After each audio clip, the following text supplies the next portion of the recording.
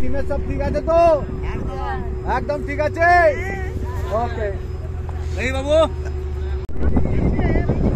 হলদিয়া township ছেড়ে যাচ্ছি। বন্দরের কাছাকাছি এলাকা, বড় বাল্ক ভেসেল ঢুকছে দূরে। কুয়াশার জন্য কিছুটা, এইটা নন্দীগ্রাম। আর যেহেতু 25শে ডিসেম্বর এখানে পিকনিক চলছে,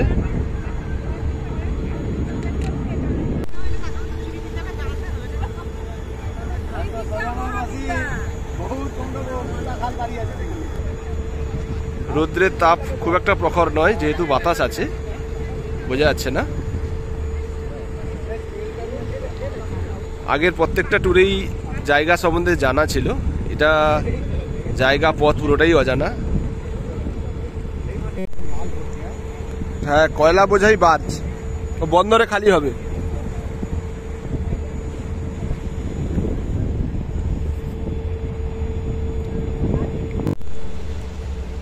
নেভিগেশনের জন্য বয়া, আগে শুনতাম, কখনো দেখিনি, এর চোখে দেখে নিলাম।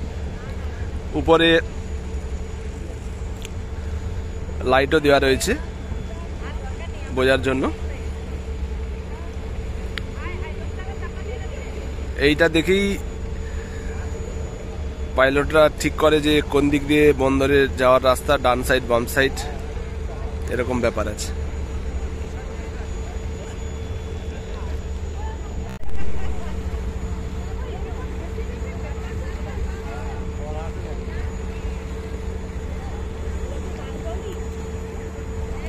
না না, এগুলো হাঁস হাঁস।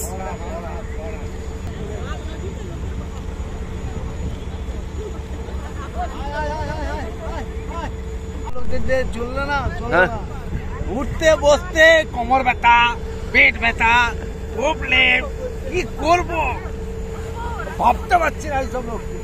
এই যে একটা সুইচ, এই দেখ, এই যে সুইচ, বেশি দিন নয়, মাত্র 10 বছর।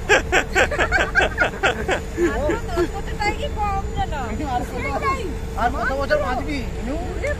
আচ্ছা, 5 অনেকদিনের চোখে যে ঠেলে দে।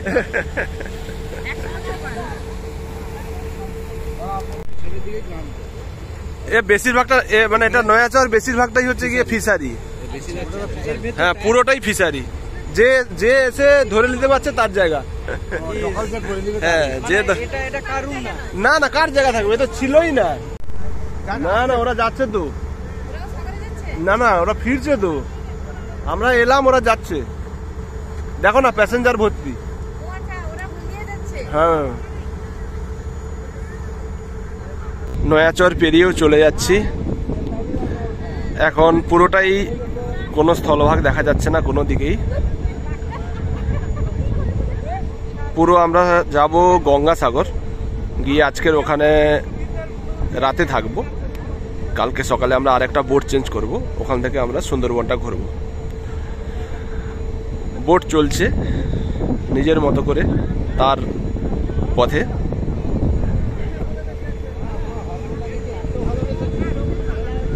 মাঝি উপরে বসেছে, মাঝি চালাচ্ছে তার মতো দিক নির্ণয় করে গন্তব্যের দিকে। বোটের যারা প্যাসেঞ্জার, যারা যাত্রী, আমার ফ্যামিলি এবং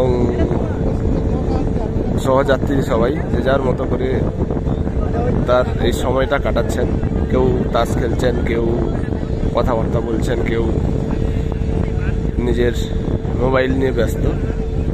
কিন্তু মাঝিটার নিজের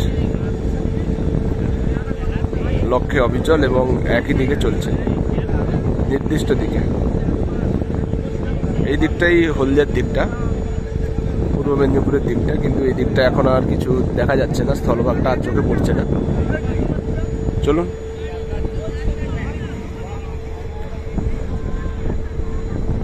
যাওয়া যাক। জীবনে প্রথমবারের অনুভূতি। এতটা সমুদ্রের মাঝে কখনো আসা হয়নি, খুবই ইচ্ছে ছিল এই জায়গাটা দিয়ে আসার। ভালো লাগছে।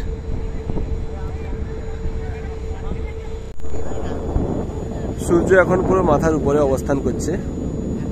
আমরা ঠিক পূর্ব এবং উত্তর কোণ করে যাচ্ছি। মানে নন্দীগ্রাম থেকে নয়াচরকে লেফট সাইডে রেখে নর্থ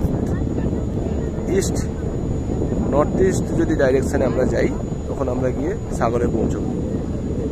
চলুন ম্যাপের ভিউটা দেখা যাক এখন আমরা কোথায় আছি। এখন আমরা সাগরদ্বীপ আর প্রায় হুগলি রিভার এবং সাগরদ্বীপ পৌঁছানোর যে রাস্তা তার ঠিক মাঝামাঝি এই যে ব্লু পয়েন্টটা, এখন আমরা এখানে অবস্থান করছি। দেখে তো মনে হচ্ছে আর ম্যাক্সিমাম 45 মিনিট থেকে 1 ঘন্টা সময় লাগবে। চলুন। আগে রুটটা নিয়ে আমার খুব কনফিউশন হতো, এখন রুটটা নিয়ে আমি খুব পরিষ্কার। এটা বঙ্গোপসাগর, গঙ্গাসাগর হুগলি রিভার হয়ে সোজা চলে যাচ্ছে হলদিয়া। এটা হলদিয়া বন্দর। এখানে আমরা এসেছি নন্দীগ্রাম থেকে। হলদিয়া জেটিঘাট থেকে আমরা ধরলাম, হলদিয়া টাউনশিপ থেকে লঞ্চ ধরে আমরা এই পথে এসে নয়াচরের সাইড দিয়ে এখন আমরা নয়াচরকে সাইডে রেখে এখন আমরা এই জায়গায়, এখন আমরা কাকদ্বীপ সাগর আইল্যান্ডের মাঝামাঝি। এই নদীটাই হুগলি রিভার চলে গেছে ডায়মন্ড হারবার, গাদিয়াড়া, রায়চক, ফলতা হয়ে কলকাতা বন্দর যেখানে সেখানে চলে গেছে, একই নদী। চলুন।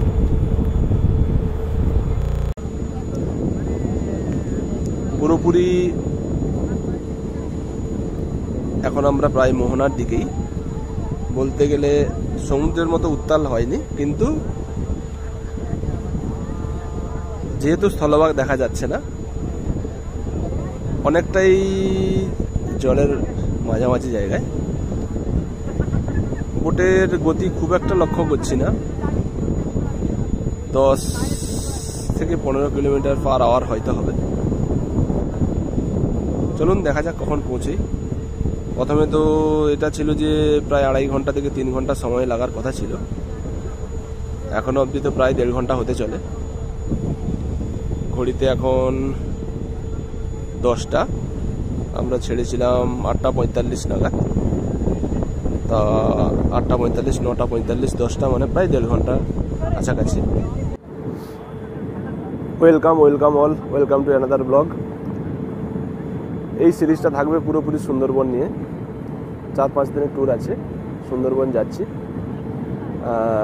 বেরিয়েছি আমরা হলদিয়া থেকে লঞ্চে করে সোজা আমরা যাচ্ছি গঙ্গাসাগরের একটা সাইডে, কপিলমুনির আশ্রম যে সাইডে, তার উল্টো দিকে আমরা দাঁড়াবো। ওখান থেকে আমরা বাস ধরে আমরা চলে যাব কপিলমুনির আশ্রম। ওখানে আজকে থাকবো আমরা আশ্রমে। কাল সকালে আমরা সুন্দরবনের উদ্দেশ্যে রওনা দেবো। এখন আমরা ঠিক সমুদ্রের সাইড দিয়ে এই দূরে যে দ্বীপটা দেখা যাচ্ছে এটাই গঙ্গাসাগর দ্বীপ। হ্যাঁ, ওটাতে গিয়ে পৌঁছবো। পুরো জার্নিটা করে এলাম, সুন্দর একটা শান্তির জার্নি। ঠিক বোটের সামনেটাই দাঁড়িয়ে আছি, একবারে বোটের সামনেটায়। আলাদাই এক মজা, আলাদাই এক ভাইব, যেটা বলে বোঝানো যাবে না। বাতাসটা খুবই লাগছে, ঠান্ডা লাগছে। বেশি সময় এখানে দাঁড়ানো যাবে না, শরীর খারাপ করে যাবে, কিন্তু খুব মিষ্টি বাতাস। চলুন। এটাই গঙ্গাসাগর দ্বীপ। আমরা ঠিক এই বাঁকটা ঘুরে গিয়ে ওইখানে দাঁড়াবো। এখান থেকে বাস ধরে আমরা ঠিক এর অপোজিট সাইডে ওখানে চলে যাব। ওখানেই কপিলমুনির আশ্রম, এবং ওর ওদিকটা আদবে সাগর বলতে যেটা বোঝায় সেটা।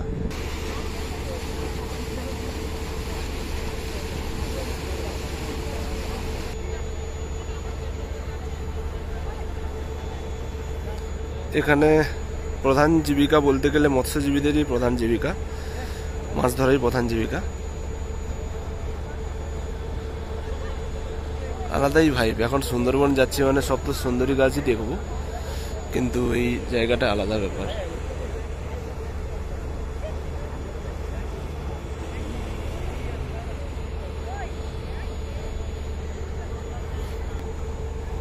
বাঁধ দেওয়ার কাজ চলছে, বাঁধ দেওয়া হয়ে আছে, ইটের দেওয়া বেশ কিছুটা এলাকা ইটের, বাকিটা বাঁশ এবং মাটি দিয়ে তৈরি। তবে যে দীর্ঘ জার্নি হবে ভেবেছিলাম, বুঝতেই পারলাম না, মনে হলো যেন আধা ঘন্টার মধ্যে এলাম। এবং যে বোটে আসার যে ভয়টা ছিল, যে বোটে এলে বেশি দুলবে বোটগুলো, বা ধরুন একটা গা হাত বমি বমি করার ব্যাপার থাকে, সেটা কোনোটাতেই নেই, কোনোভাবেই নেই। শরীর একেবারে সুস্থ, কোনো যাত্রীরই কোনো কিছুর প্রবলেম নেই। মানে এটাতে এই বোঝা গেল যে এই রাস্তাটা সেফ, এবং মাঝিরা অত্যন্তই দক্ষ, এবং কোনো প্রবলেম নেই। কারণ যাতায়াতের পথে অনেক নৌকো, এমন নয় যে একবারে সমুদ্রের মাঝে দিয়ে যেতে আসতে হচ্ছে। সেফ জোন, ভালোই সেফ জোন। এই যে ইলেকট্রিক পোস্টগুলো, এইগুলো আদপে এসছে কাকদ্বীপ থেকে। তো ওই যেটি দেখা যাচ্ছে, ওই যেটিতে গিয়ে আমরা এখন উঠবো, গিয়ে নামবো। এখান থেকে ধরবো আমরা বাস, কপিল মুনির আশ্রম আজকের পৌঁছবো। আজকে রাত্রি থাকবো, দেখাবো কোথায় কোথায় যাচ্ছি, কি করছি। কিন্তু সুন্দরবন যাত্রা তো শুরু কাল থেকে। চলুন গিয়ে পৌঁছাই। এই যে আর একটা যাত্রীবাহী, এরা এখন বেরিয়ে যাচ্ছে এখান থেকে, আমরা ঢুকছি সাগরে।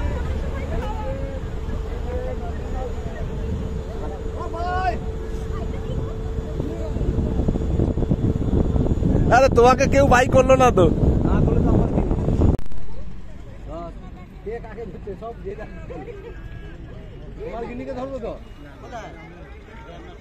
দাঁড়া